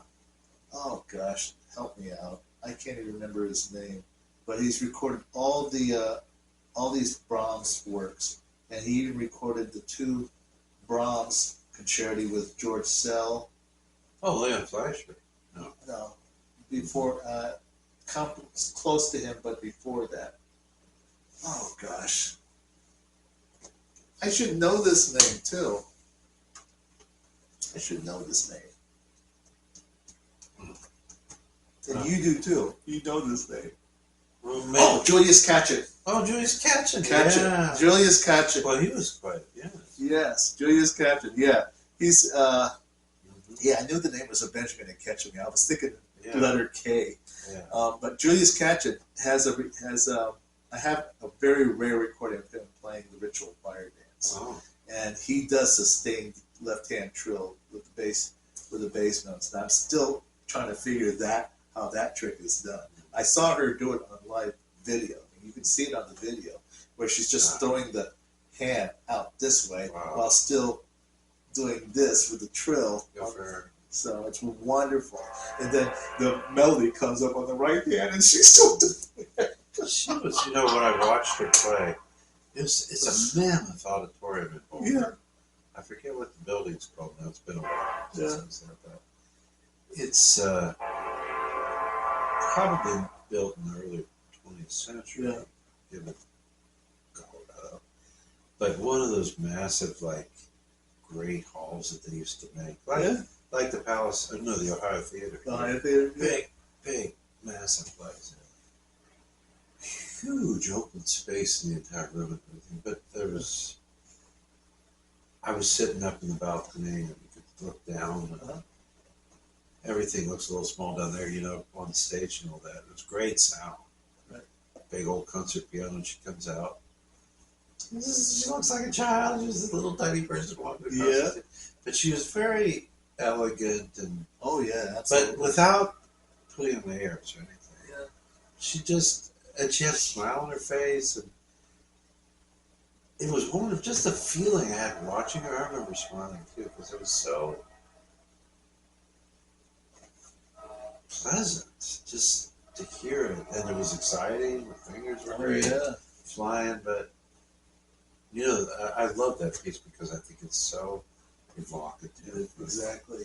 Spanish culture, the music, the environment, everything. I tell you, every time I listen to that work, I feel like I just got back from Spain. Yeah. I don't know. I mean, there's something about it that you just sit there and you just listen with your eyes closed. And you listen and you feel like you're in the country of Spain. I think they're lucky people because they have the background of European structure in their music. Yeah. But they were controlled for a good period of time by the Arabs. The Moors, they referred to them. We're in southern Spain. Uh-huh. The southern third of it or something like that. Like Portugal or something? No, Portugal's up a little further. No, it was southern Spain. They had Andalusia and stuff like that, I think. So the architecture, some of the famous buildings, I'll put some pictures up, are so famous for the Moorish Arab influences on the architecture. And I think their music gets some of the spark of the natural beauty in it as well. Rubinstein had some of his earliest success when he was a younger man going to Spain. He was, I remember, called in for 2 or 3 concerts. He ended up staying there for like a month and a half. Wow! Like 30-some concerts or something. And the manager said, "Oh, they want to hear you, they want to hear you." A huge love affair. And I remember I used to do, I'm going to start doing them again, I think. It's been quite a while, but let's see. There was piano chats and Jeffrey, what's his name, did the keyboard conversations. And I called mine Klavier Klatsch.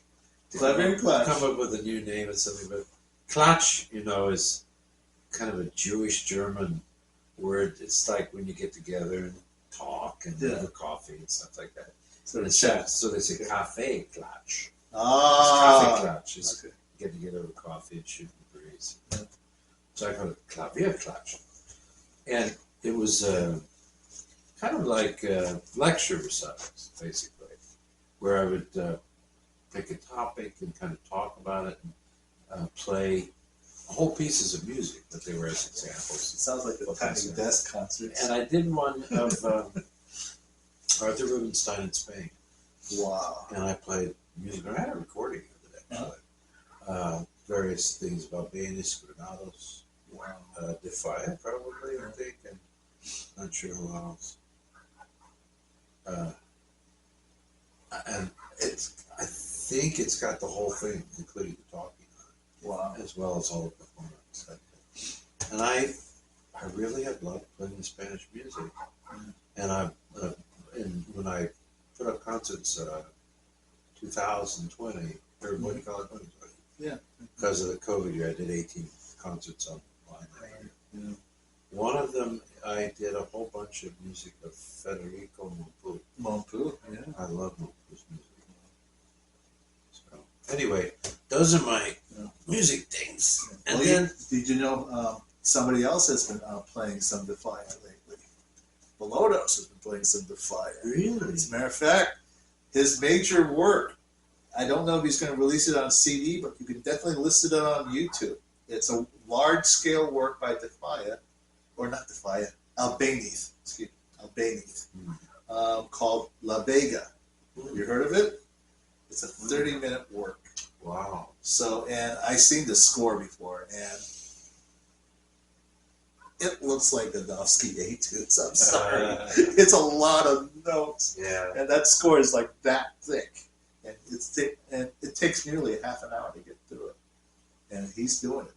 And it's a work that's not played real. I mean, my first time even heard of the work, I found the score over at Graves. I saw the score at Graves, and they wanted an arm and leg for it. And so I'm sort of, a little bit lean on green at the time. And so when I finally had some money, I was going to go over and buy it, and somebody already picked it up.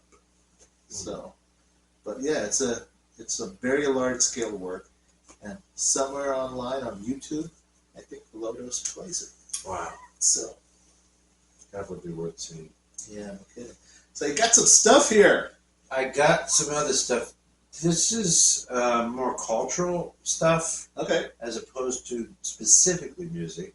Well, we started off with cereal. Why not? Well, you guys know, if you've watched the show in the past, I'm a great fan of the writer Mary McAuliffe, who's a graduate of some Ivy League thing.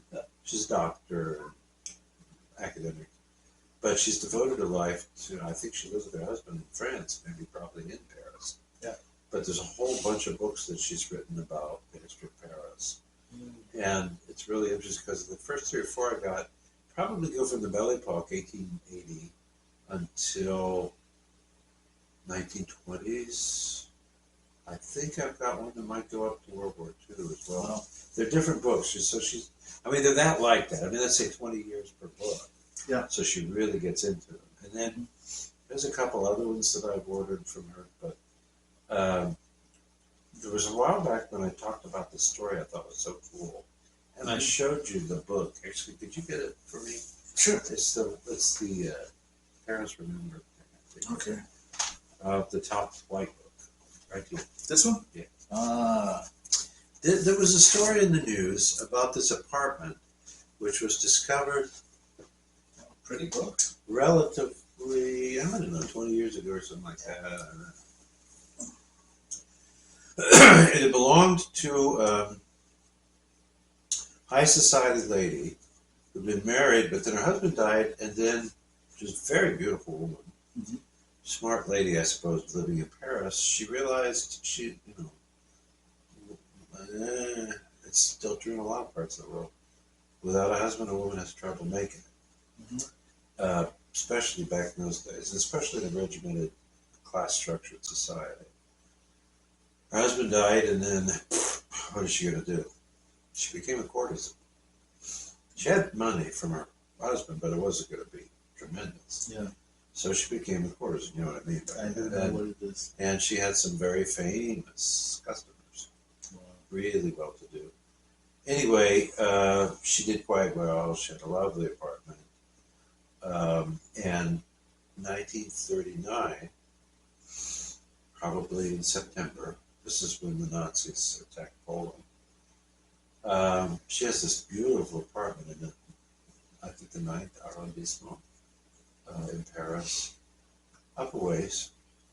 And I mean, very well appointed. There's art, beautiful silverware, dishes, and clothes, and furs, and all that stuff. I think she saw the headlines. Hitler had written Mein Kampf a few years before that. And for insightful Jews who paid attention, they got the hell out of Dodge. Yeah. America, we talked about this, America prospered greatly because we got Einstein, we got Schoenberg. Yeah. We got some amazing people that came over to America because one way or another they were not enemies of the Nazis. Right. This lady apparently probably got just a few things together, locked the door to the apartment, and left. As far as they know, she went at least to southern France. And then they're not entirely sure.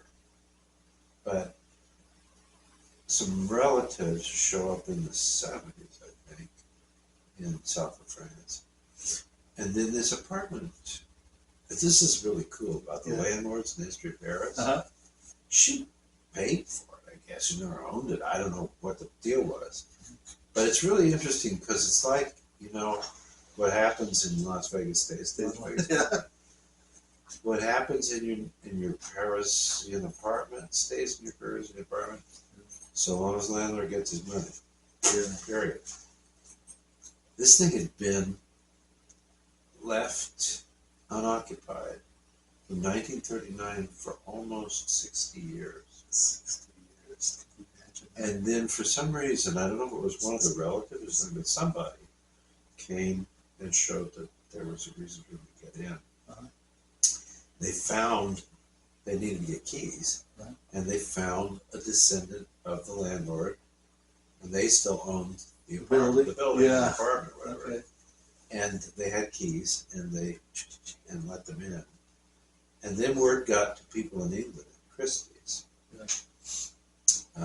You need to come and see this. Yeah.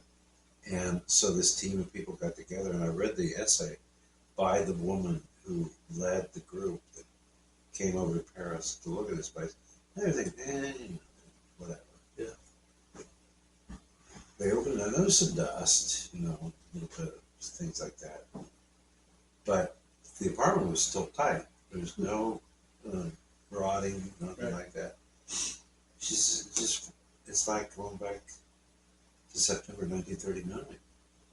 Jeez. From that class, from that culture, pre-Second World War, the mind, the way people lived, and she'd been really something from 1900 through that time. Wow. And, big. Yeah. There's a painting of her and the furs and stuff. Wow. But they said everything was still there. And in fact, they figured out probably when she'd left, because there was a newspaper, and then there was a couple more from when the Nazis invaded Poland, which was right in early September 1939. But there was this treaty agreement with France, England, and Poland that if anything happened, they would have to declare war against the aggressor, Germany. Wow. Okay. So she was reading that on the handwriting on the wall, and so the last newspapers were just right about that time that were left on the table on her desk. But everything in the apartment was still there. Everything. She hadn't moved out. She just locked the key and left. Wow. And presumably by the state of things, it was just one of those places. Not even the Nazis, a lot of them occupied places in Paris. Apparently they didn't even get in there because her perfumes and her clothes, the silverware, things were out. There's a few things that have been left out. She might have left semi in a rush, like she didn't necessarily wash her breakfast dishes or something. There's art, everything. That got me kind of interested in something. And then I've been seeing on YouTube that these people, especially in Europe, that go. Oh, is it that one program you're telling me about? Well, the one where he went into that 12th century French chateau that had been fixed up in the 18th century. Yeah. These people go to these old castles and mansions and wealthy homes. There's a surprising number of them, some of which are in extraordinary condition and some of which are not so. But the belongings and everything are still there. Just these abandoned chateaus and mansions and stuff like that. Well, Laura and I watched a movie recently, and I didn't do my homework, so I don't remember what it was called. It was made in the 30s. It was a black and white film. I will try to look it up and put it on the screen. But it was a really cool movie. It was from a play, very successful play in New York. And in fact, the bad lady, the evil lady, was the actress in the Broadway show. And they delayed making the film of it until she could get a break from the play, which at the time was traveling around America. It's in the earlier 30s. It's a black and white thing. That's basically a story about a spinsterish older woman who's the daughter of the father and mother who created this enormous wealth in New York City, and they were rather famous building owners, invested a lot in property before the First World War. I mean, back in the Great Golden Age. And I think the name was Wendell. Not in the film, but it was based upon the story of these people. Well, she's blindly and completely devoted to the family's legacy, and she's in control of the money now. Her younger brother is getting married to a woman who she thinks is a floozy, but she's actually a very nice lady.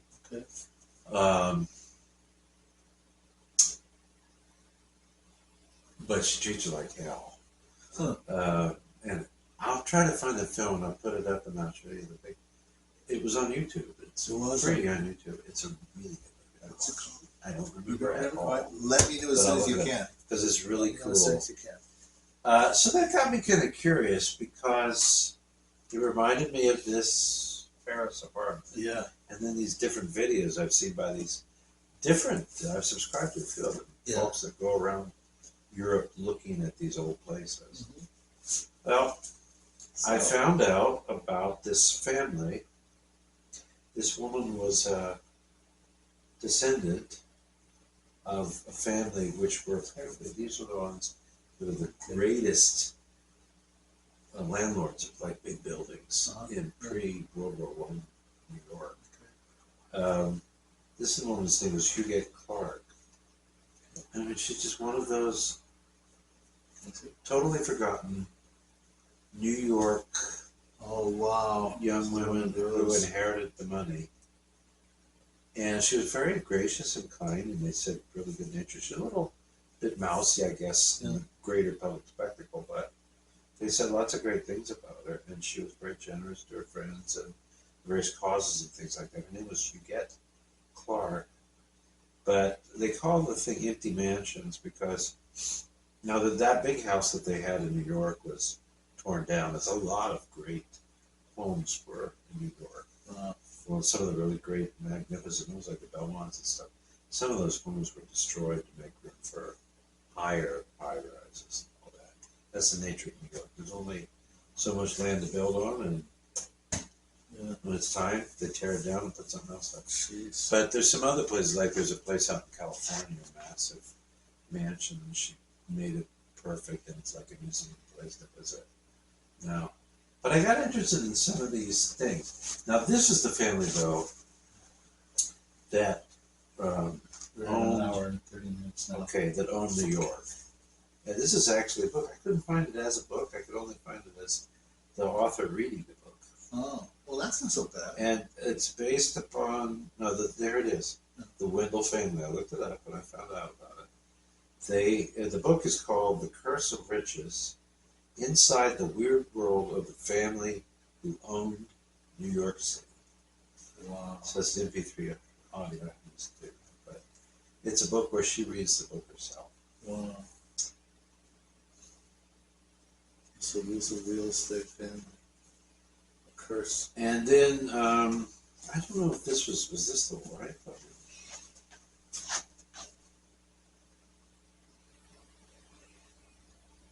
Audiobooks. One of my favorites. You know that John Jacob Astor died on the Titanic. He was one of the great wealthy 19th century and early 20th century American super wealthy guys. The Astors and the Vanderbilts. John Jacob died on the Titanic. Okay. I don't know who she is yet because I haven't had a chance to really read the book or research it more. But this is the story of Carolyn Astor. The Astors were one of the major monster families. There was the Vanderbilts, that eventually built the largest home in the United States is down in Asheville, North Carolina. The famous Vanderbilt estate or whatever. Yeah. So this is a story of Carolyn Astor and part of what they called the Gilded Age in New York, and it's all about her life and her home and the people that she knew. I mean, these were like, who was the guy? I bought the book, The Hearst. William Randolph Hearst out in California. And he became very famous as a publisher and newspaper man. He's, what would I say? He's the character that's represented in Citizen Kane. Oh. That's supposed to be William Randolph Hearst. Huh. I mean, he was just on top of it. Yeah, that's fine. Wealthy beyond belief. So Hearst Castle, I've got some books I bought about that. Was amazing because the man went to Europe. These people, they went to Europe and they bought, in some cases, whole buildings and houses. Yeah. And had them moved over the ocean to America. Jeez. The English, there's a number of English manors that were done like that, brought over to New England, New York, and put back together. Yeah.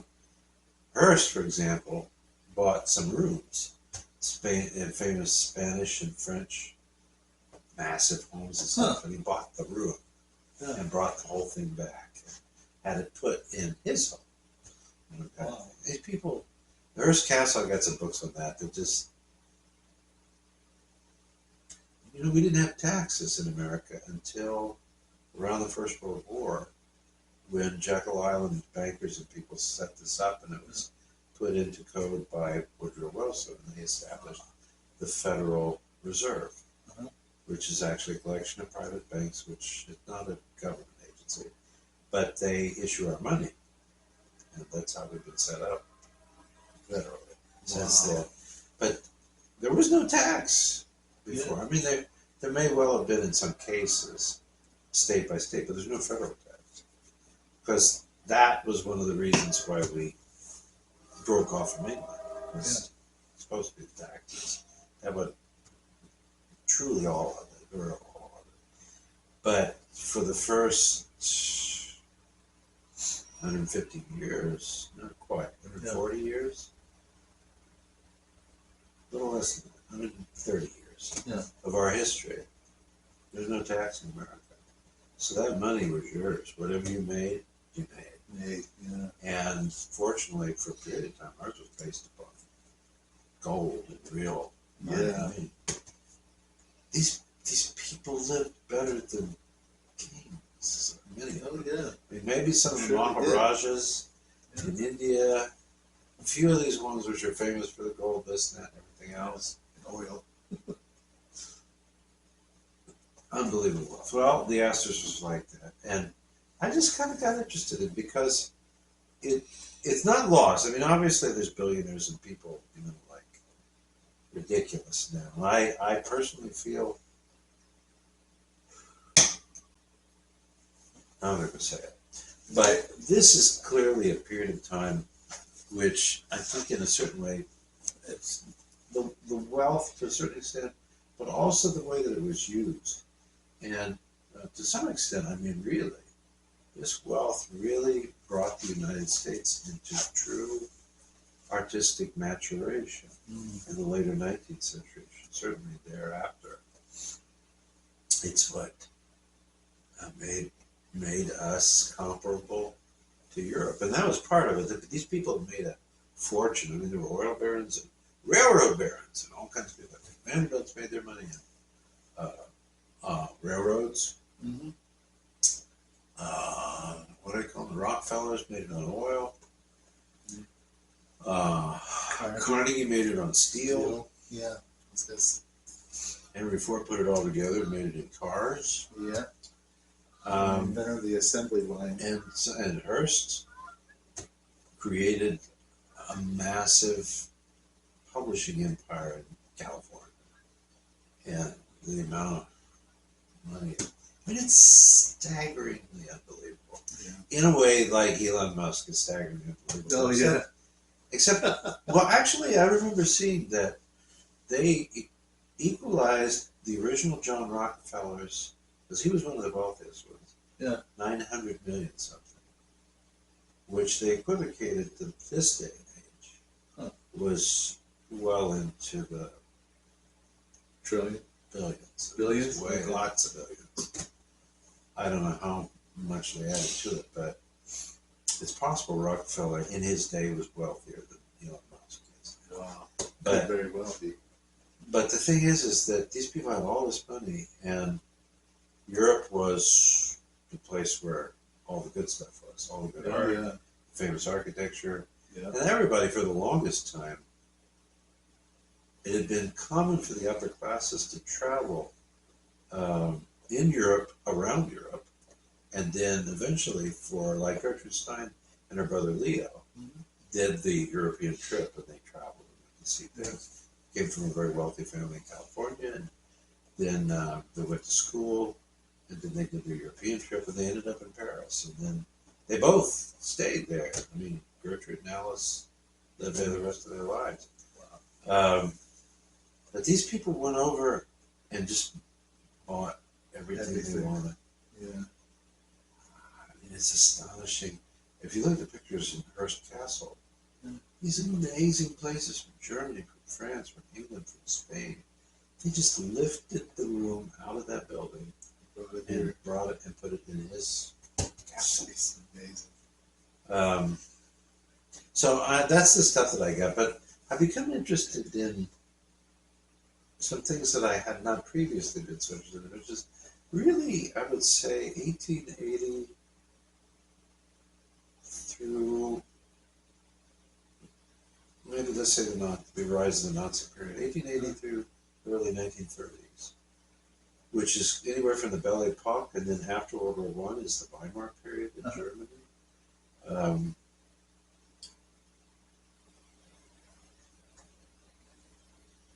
I just personally, I think I hadn't really explored it so much in my own work and things. Not that I didn't know about stuff, of course I been exposed to it, but one of the things I do think is that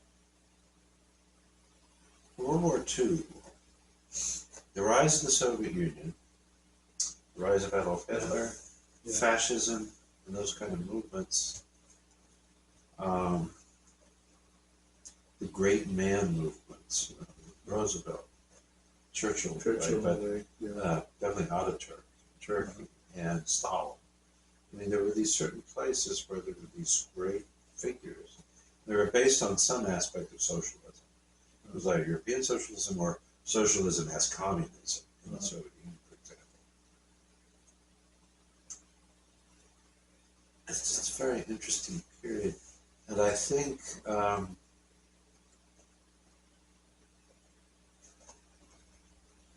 there were the great economic upheavals, the 1929 with the fall of the stock market in the 1930s. My grandparents told me plenty of stories about that. I think in certain ways it affected the rest of their lives. Yeah. That they always lived very carefully. Yeah, exactly. And they put the monies in the banks, but now they're federally insured. They still kept money. Grandpa kept money all over his bed. They didn't trust the banks. But I just think that World War II had such an effect on the human race. I mean, in a way, so did World War I have an effect on mostly on Europe more than it did on us.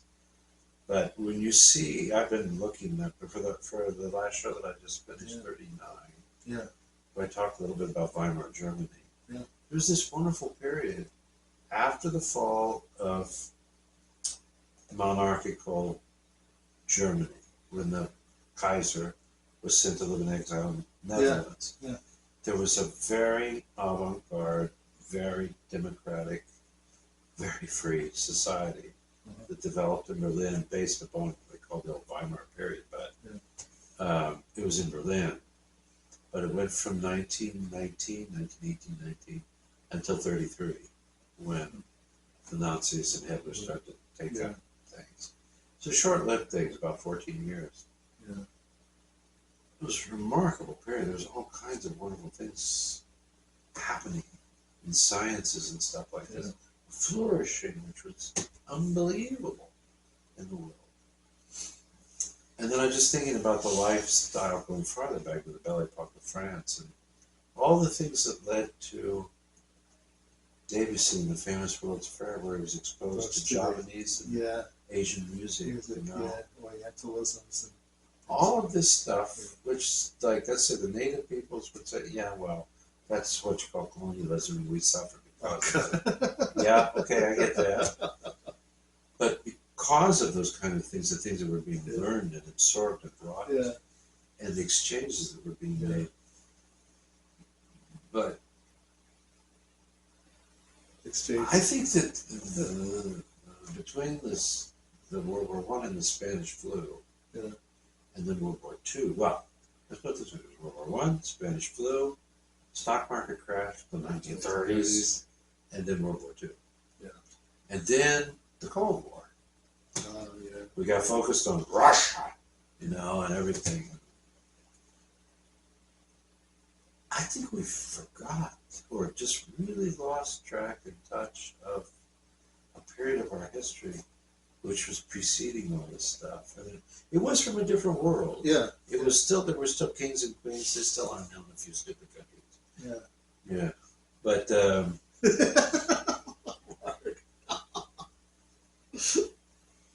well, I'm an American and I'm proud of it. Yeah. Aren't we all? Well, most. Oh, come on.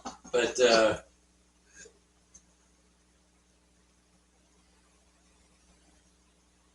I think it's just fascinating to see all that was generated and created and thought about and developed from the 19th century, from sorry folks, and that's what from the colonialism. But then also from the technological developments, from Yeah. industrialization of the beginning. Yeah. And a new change from a primarily agrarian lifestyle to a more urban-centered one, which allowed for certain freedoms. Yeah. For certain people to explore things. It just yielded the products of a certain kind of world culture that isn't the same now.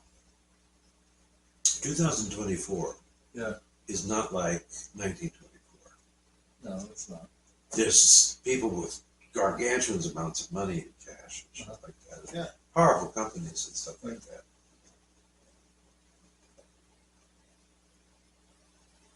And we've made amazing, and are continuing to make amazing achievements in science, medicine especially. Oh, sure.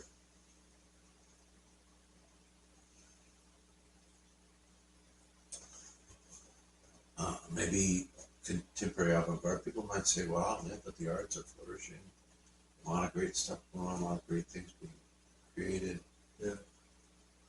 But one thing I think that was still present in that cultural period, despite going all the way back to the period of humanism, the age of reason in the 18th century, and the breakdown really of the control of the church over society, and the rise of humanism. I've had some interesting conversations about this recently with some people in the class at the church. I think the difference in the 19th century, Franz Liszt eventually took orders as an abbot. Yeah, he did. I think that it's not that people left spiritualism or left God. They just began to embrace God, I think, on an individual basis. They, in their own way, in their own manner more. Or, there's lots of different sects of churches and things that develop. They had their more different ideas about what to do. I think that when you look at the music of Mahler, you look at the cultivation and appreciation for high art. The Metropolitan Opera in the late 19th century was known as a German opera house. Not the Italian stuff, which they're famous for. Dark, it's Italian. No, early on, it was German opera. Big time, a lot of Wagner put on there.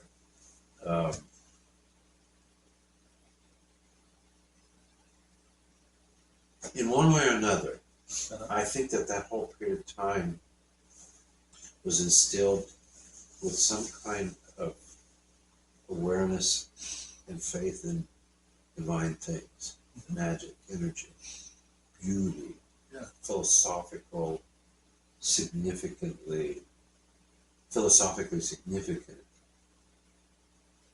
thinking.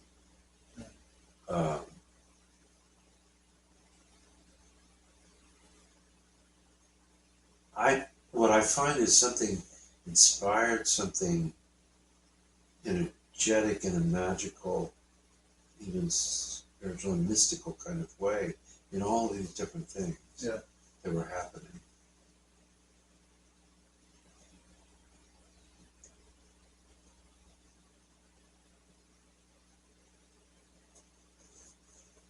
Whereas in my own lifetime and now, it's different. The world and a lot of those oppressed cultures are being able to explore and celebrate their own traditions. As we've talked before, there's great world music things going on. And classical music and Western European art is not the pinnacle of everything anymore. Right. I'm a representative of that, though, through my own study, my own work, and what I love about it. So it's what I focus on. Anyways, I hope you enjoyed our conversation. Can I say the one thing? I meant to. I had one other thing I was going to give Elmer. No. Yeah, Really? but I can't because you can't play it. Oh, So I found, we talked about this the last time. There's some things we've been kind of promising to get to. Yeah. And one of them that came up was the idea of doing some research and talking about the unique qualities of at one time, and I think still to this very day, of certain nationalist schools. Schools of piano playing. Yes, exactly. And That's what I wanted to get into too. I got interested in that, so I found on eBay. These people actually they make this stuff for all different kinds of professional interests. But I was looking up piano methods and piano teaching, different languages and things. Checking the different schools. Yeah. We already have some things. Yeah, of course we do. But I found a DVD-ROM, Uh-huh. and I think I'll check it on my Mac. Yeah. They also sent me a flash drive in case, because you know, like my newest computer doesn't do Right. discs. Right. But it can take flash drive things. USB. Cool. I think it's the same thing, but it's a compendium of A to Z, more than 100, maybe 150 different books, Books and methods. treatises and things on Wow. all kinds of. They're all English. Well, almost all of them are. And there's also interesting catalogs of some piano manufacturing, like one from Chickering in the Oh, 19th century. wow. Drawings of the pianos and descriptions and everything of it. But that's a project that we're considering because Among other we also things. threatened to talk about in detail. We still haven't done Pearl Limer and Baltic East Queens. No, we haven't. We need to And then we need to get on that big soon. one we figured, which would take us a few times to do it, would be to look at the Lipinski Lipinski method. method. Yeah, that's a big one. So That might be a whole different series there. We're entering new realms of that one. I think that there's some possibilities that could be interesting. Oh yeah, there's plenty. And I also like You Are Here, You are here. where we're Yeah, gonna I know. throw the dart at the world and see where it lands, and then explore that area for any kind of. Yeah. What if we end up in That Fiji? sounds like What if we end up in Fiji? Fiji. You probably have to throw the dart again, right? Shoot, we could end up in an Easter Island. That'd be cool. Yeah, that would be cool. Well, folks, I hope you enjoyed our conversations and topics today. You know, the old MO here. So comment, like, and subscribe to Marc and Elmer's PSI, Thanks, guys. Piano Investigations. There's plenty more where all this comes from. I think we have enough material probably to last us almost 1,000 episodes, And more than likely. you can always count on me. Oh yeah, and Ramble on and take us somewhere into the jungle. which Elmer's is just like which is hacking away at fine. the tree branches, thinking like, Which is where the fine. hell are we going? I'm good with this. Okay, I'm good with this. All right. So, anyways, this giant intellectual over here is, I'm Mark. and I am This incredibly, deeply researching and wonderful, kind-hearted gentleman is, Elmer. and we We are Marc Mark and and Elmer's Elmer's PSI Piano Scene Investigations. Say bye, guys. Bye, dear. Yes. See you, folks.